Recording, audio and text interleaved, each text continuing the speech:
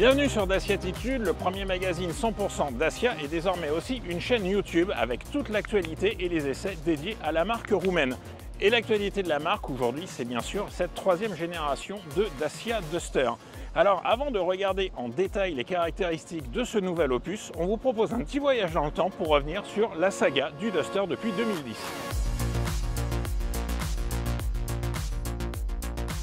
Au Salon de Genève 2009, Dacia présente le concept car Duster qui reçoit déjà des feux arrière en Y que l'on retrouvera 15 ans plus tard sur le Duster 3. Mais à part le nom et le fait qu'il s'agisse d'un SUV, il ne préfigure en rien le futur modèle de série. À la fin de la même année, la marque s'engage au Trophée Andros avec Alain Prost et la voiture de course annonce assez fidèlement la carrosserie du Duster définitif. Et finalement, en 2010, c'est cette génération de Duster, la toute première, qui est présentée à la presse et au grand public. À l'époque, c'est une petite révolution. Pour la première fois, une marque propose un SUV au prix d'une citadine de la concurrence. Le succès est immédiat, à tel point que, dans les premiers mois de commercialisation, il faut attendre sa voiture près d'1 an avant d'être livrée. Le Duster se fait aussi remarquer par d'étonnantes aptitudes dans sa version 4x4. Grâce à une transmission d'origine Nissan et à une boîte spécifique avec une première raccourcie, il offre de belles capacités tout-terrain qui vont vite en faire la coqueluche des montagnards, des chasseurs et des amateurs d'aventure. La suite de la saga, vous la connaissez. En 2013, le Duster Phase 2 est présenté. Il apporte des améliorations en termes de confort acoustique également. Et puis d'équipements arrivent notamment le GPS, le régulateur de vitesse, bref des équipements qui étaient demandés par la clientèle et qui faisaient cruellement défaut à la Phase 1. En 2017, le Duster fait peau neuve avec une deuxième génération qui reprend les codes stylistiques du premier modèle, mais sans aucune pièce de carrosserie commune. Son design plus affirmé lui donne un vrai coup de jeune. Dacia monte en gamme et se modernise à l'extérieur comme à l'intérieur. L'habitacle est un peu plus cossu et soigne ses occupants avec une meilleure position de conduite et des équipements jusqu'alors inédits chez le constructeur, comme la carte main libre, la clim auto ou la caméra multivue. Son prix reste pourtant contenu car il reprend la plateforme du Duster 1 et aussi sa transmission 4x4, ce qui continue de lui assurer d'excellentes performances off-road. Il est discrètement restylé en 2021 puis en 2022, où il adopte la nouvelle identité de la marque et le nouveau logo, terminant ainsi sa carrière en beauté. Il devient même le SUV le plus vendu aux particuliers en France et en Europe, et aujourd'hui encore, il sort près de 1000 Duster par jour de l'usine de Mioven en Roumanie. En 14 ans de carrière, le Duster première et deuxième génération s'est vendu à plus de 2,2 millions d'exemplaires un petit peu partout en Europe. Un véritable carton pour la marque, la pression était donc très forte sur Dacia et ses équipes pour renouveler un modèle avec un tel succès. On va aller voir tout de suite si c'est réussi.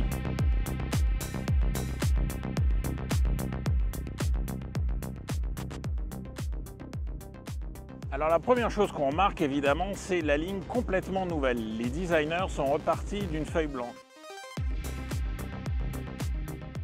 Ceux qui trouvaient qu'il n'y avait pas beaucoup d'évolution entre le Duster 1 et le Duster 2 devraient cette fois être satisfaits avec ce changement assez radical dans le design. Ce coup de crayon n'est pourtant pas réellement une surprise puisque les grandes orientations stylistiques avaient été dévoilées début 2021 avec le Bigster. Ce gros SUV, qui arrivera d'ici 1 an, sera en effet une version plus longue et plus haut de gamme du Duster et on relève une évidente parenté stylistique entre les deux modèles. Le Duster 3, c'est d'abord une face avant très verticale qui s'élargit visuellement grâce au bandeau noir qui relie les phares et accueille le logo de la marque. Une impression renforcée par le ski teinté dans la masse, plus imposant, et la large grille inférieure qui affirme l'identité du nouveau modèle. Au-dessus, le capot très horizontal est généreusement creusé pour renforcer l'aspect massif et résolument baroudeur. On peut y voir une inspiration de Jeep, tout comme les feux arrière du Duster 2 évoquaient d'ailleurs immanquablement ceux du Renegade. Autre clin d'œil au rival d'outre-Atlantique, la silhouette du Duster dans l'embase du pare-brise, un détail stylistique emprunté à nouveau au Jeep Renegade de 2011 qui cachait au même endroit une évocation de la célèbre Willys. De profil, on retrouve la forme caractéristique du vitrage du Duster avec notamment sa custode arrière en biseau, mais le traitement est ici plus moderne avec une ligne de caisse plus haute dans le prolongement du capot et un décroché bien moins prononcé qu'avant au niveau des rétroviseurs. La pièce de plastique baptisée Snorkel, apparue sur le Duster 2, passe de l'aile à la porte avant et reste un signe distinctif fort de la voiture. Elle est réalisée dans le nouveau plastique Starkel breveté par Dacia et composée à 20% de matériaux de récupération, comme en témoigne le logo de recyclage intégré. Ce même plastique suit la ligne inférieure au niveau des passages de roues et des bas de caisse et de porte. Plus besoin comme avant d'ajouter un pack baroudeur en accessoires, les extensions d'ailes sont désormais de série sur toutes les versions et font partie intégrante du design. Les ailes arrière arborent le renflement caractéristique que l'on retrouve depuis la première génération, mais avec un traitement nettement plus anguleux. Au revoir les courbes des deux premiers Duster et bienvenue aux lignes tendues et plus carrées.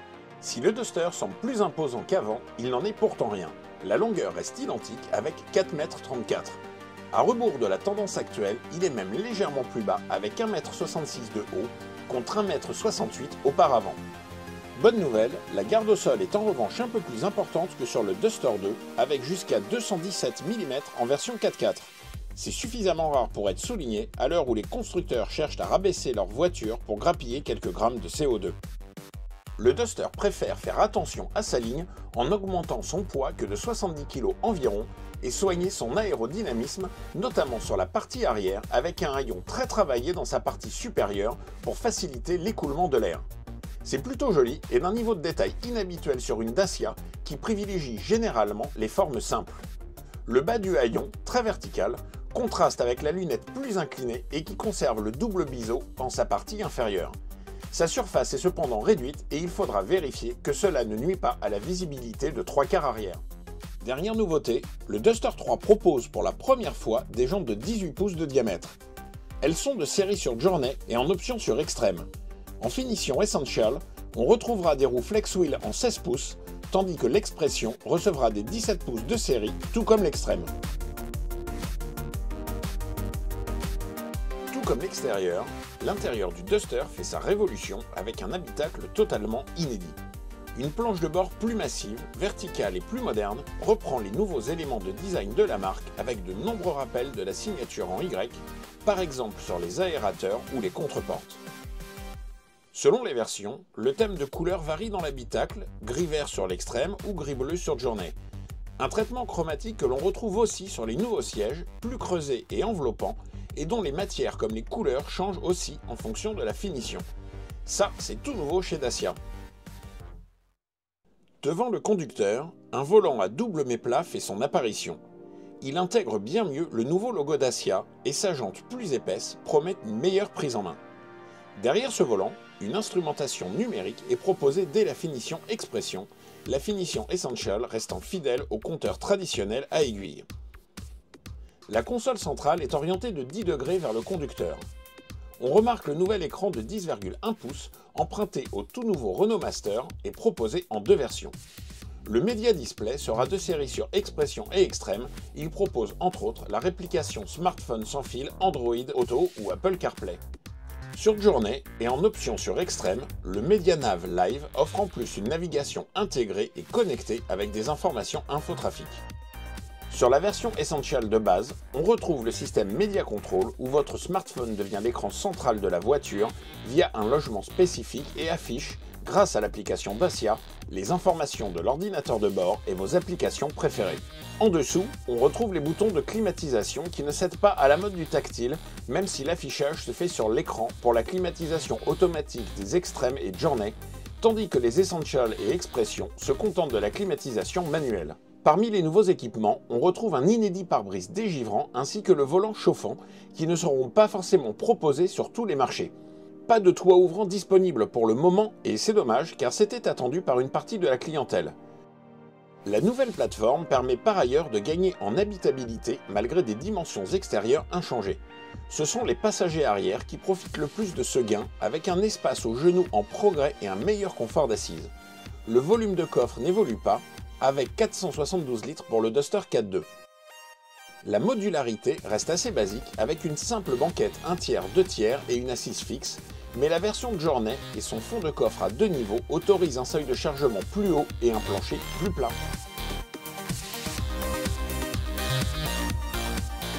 Sous sa robe inédite, le Duster 3 cache aussi des dessous de nouvelle génération. Les deux premiers modèles utilisaient la plateforme B0 apparue en 2004 avec la Logan et que l'on retrouvait sur toute la gamme Dacia jusque récemment. Après 20 ans de bons et loyaux services, la B0 prend sa retraite et cède sa place à la plateforme CMF-B, issue de la Clio 5 et déjà connue chez Dacia sur les nouvelles Logan, Sandero et sur le Jogger.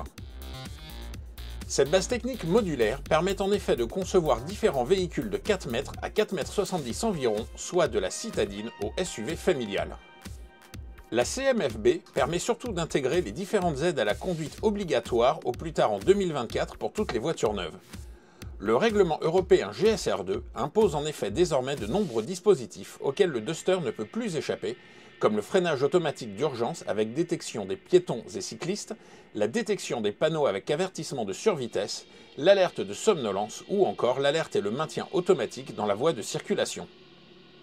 D'autres ADAS jusque-là optionnels deviennent obligatoires comme la détection des piétons et des obstacles en marche arrière. Dacia n'a toutefois pas trop chargé la mule et s'est contenté de monter seulement ce qui est nécessaire pour respecter la législation.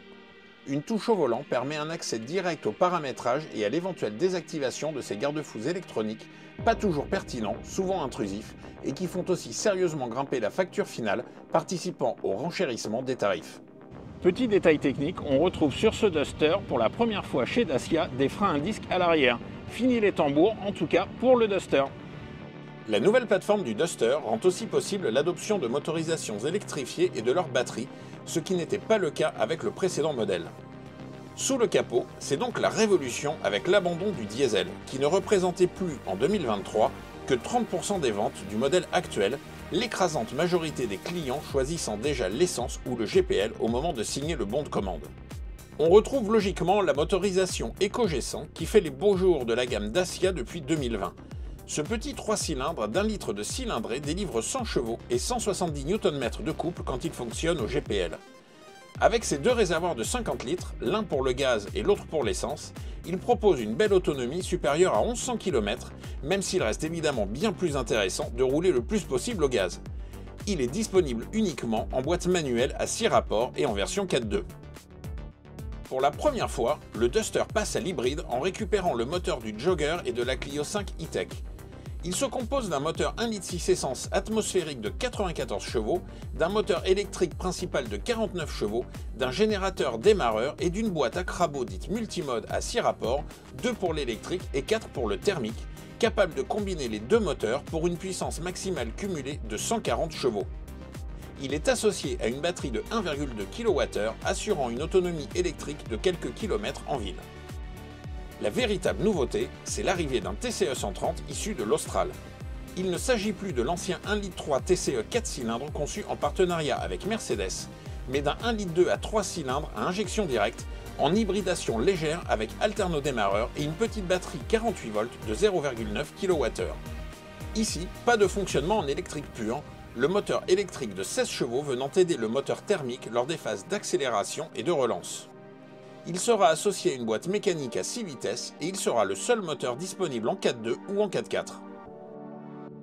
Cette gamme de moteurs plutôt réduite au lancement sera complétée à partir de 2025 par de nouvelles variantes du 1,2 litre TCE. Comme nous l'avions déjà expliqué dans Daciatitude, ce moteur sera décliné en de multiples versions, notamment au GPL, et remplacera aussi à terme le 1 litre TCE. Le futur 1,2 litre EcoG affichera des puissances comprises entre 115 et 150 chevaux et pourra être associé sur certains modèles à une toute nouvelle boîte automatique EDC à double embrayage baptisée DW23 et tout juste présentée sur le Renault Kardian. Attention cependant, les variantes E-Tech full hybride de 200 et 300 chevaux n'arriveront pas chez Dacia et resteront réservées à Renault sur les Austral, Espace et Rafale.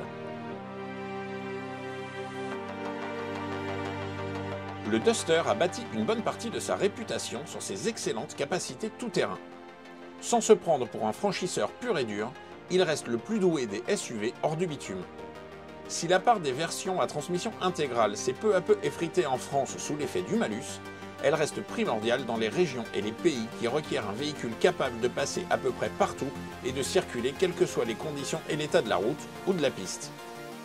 Bonne nouvelle, la version 4.4 a été reconduite pour ce nouvel opus.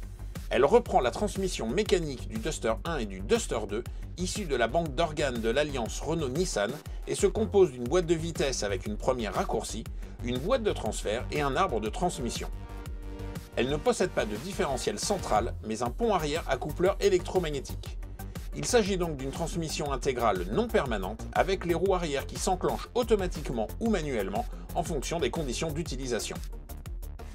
Sur le Duster 3, elle est améliorée via un système électronique baptisé Terrain Control que l'on active à l'aide d'une nouvelle molette rotative placée à côté du levier de vitesse. Elle comporte 5 modes, tandis que l'ancien sélecteur n'en disposait que de 3. La position 2WD ou de roue motrice disparaît au profit de la position Eco, dédiée comme son nom l'indique à l'économie de carburant en agissant sur la répartition avant et arrière, mais aussi sur la cartographie moteur et la climatisation. Le mode auto sera sans doute le plus utilisé puisqu'il est conçu pour s'adapter automatiquement à la plupart des conditions d'adhérence et de l'état de la route, y compris sur de la piste roulante. Le mode Snow, lui, est logiquement dédié à la conduite hivernale sur surface glissante grâce à une gestion spécifique de la motricité, mais également de l'ESC et de l'anti-patinage. Dans la même logique, la position Mud Sand est conçue pour les surfaces meubles comme la boue et le sable, où la motricité est particulièrement importante pour évoluer en conditions difficiles. Enfin, le mode Off-Road est équivalent à l'ancien mode Lock dont il reprend d'ailleurs le nom sur le sélecteur. Il verrouille la transmission pour toujours envoyer du couple et de la puissance à l'arrière, mais alors que le lock bloquait la répartition à 50-50 sur les deux trains, le système permet ici de la faire varier en fonction des conditions d'adhérence. Il est à noter que, comme l'ancien Duster, seule la version 4x4 permet de désactiver le couple ESC anti-patinage grâce à un bouton dédié au tableau de bord. On retrouve le contrôle d'aide à la descente qui agit automatiquement sur les freins dans le cas d'une forte descente, sans que le conducteur ait à toucher aux pédales de frein et d'accélérateur. Repris de l'ancien Duster, il est actif sur tous les rapports, y compris la marche arrière, et maintient une vitesse comprise entre 0 et 30 km/h. On l'a dit, la garde au sol augmente très légèrement en version 4x4 et les angles sont quant à eux bien meilleurs. Ils passent de 29 à 31 degrés pour l'angle d'attaque et même de 29 à 36 degrés pour l'angle de fuite. La version 4x4 est réservée au nouveau moteur TCE 130 en boîte mécanique. On est un peu déçu de ne pas trouver pour le moment de version GPL ni de boîte automatique, mais l'offre moteur devrait évoluer là encore d'ici 2 ans, avec l'arrivée de la transmission i4WD à essieu arrière électrique qui a été annoncée avec le Renault Niagara, le nouveau pick-up extrapolé des Duster et Bigster et réservé à l'Amérique latine. Arrivera-t-il un jour en France sous badge Dacia ? Quand nous avons posé la question aux dirigeants de la marque, ces derniers ont été assez évasifs sans totalement fermer la porte à cette possibilité alors que nous nous attendions à une réponse négative. Tout espoir n'est peut-être donc pas perdu. Il avait été annoncé avec le concept car Manifesto présenté fin 2022. Le système U-Clip arrive pour la première fois en série sur le nouveau Duster avant de très certainement équiper l'ensemble de la gamme Dacia au cours de l'année. U-Clip, ce sont plusieurs points de fixation dans la voiture, de 4 à 8 selon la version et l'équipement, qui permettent d'ajouter et de retirer simplement des accessoires compatibles un peu partout dans l'habitacle. Support smartphone avec ou sans chargeur à induction, lampe nomade, porte-gobelet ou encore pochette souple, ces différents accessoires seront disponibles à la commande du véhicule ou à la demande dans les concessions du réseau Dacia. Fidèle à sa volonté d'investir le secteur de l'outdoor et des véhicules de loisirs, Dacia a également présenté la version Duster du Pack Slip apparu il y a quelques mois sur le Jogger. Le Pack Slip, c'est un système de caisson en bois conçu et fabriqué directement par Renault Customize qui permet en moins de 5 minutes de disposer d'un véritable couchage dans sa voiture. Avec son habitabilité en progrès par rapport à la génération précédente, le nouveau Duster permet de caser un lit de 1,90 m de long et jusqu'à 1,30 m de large afin de dormir à deux sur un véritable matelas en mousse fourni dans le pack qui se déplie facilement et transforme le SUV roumain en un minivan. Il s'adapte aussi bien à la version 4.2 qu'à la version 4.4. En option, un jeu de volets occultants peut venir compléter le Pack Slip pour s'isoler de la lumière extérieure. Le système U-Clip trouve ici un autre intérêt en bivouac pour fixer par exemple un éclairage intérieur ou un support smartphone ou tablette pour les soirées cinéma. Pour conclure sur ce chapitre, la gamme d'accessoires In Nature se complète pour la première fois chez Dacia d'une galerie spécifiquement conçue pour venir se poser sur les barres de toit modulables. De quoi offrir une belle capacité de stockage quand le volume du coffre est occupé par le Pack Slip.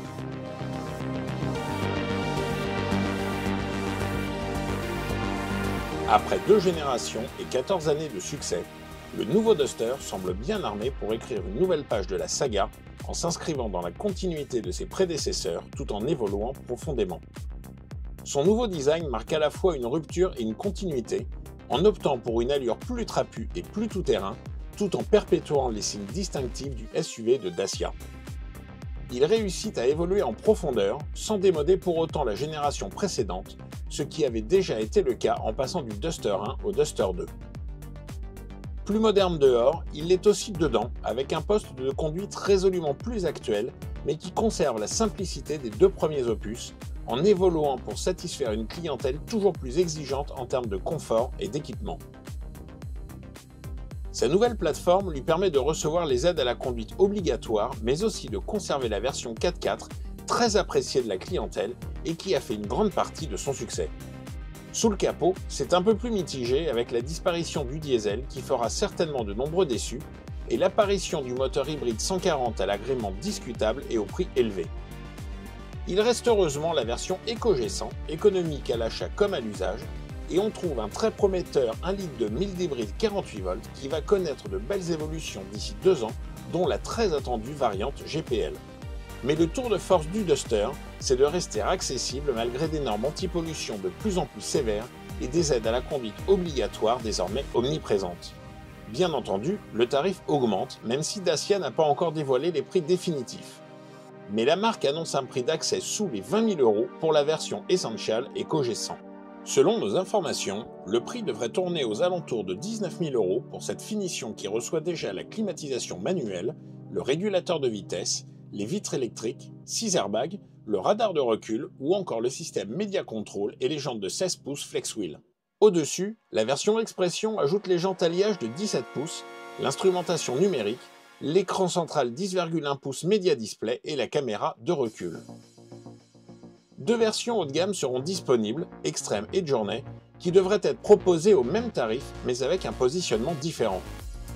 Plus baroudeuse, l'Extreme reçoit la sellerie MicroCloud, conserve les jantes de 17 pouces, le Media Display et gagne la clim automatique, les tapis de sol en caoutchouc, les barres de toit modulables et des éléments de décoration brun cuivré.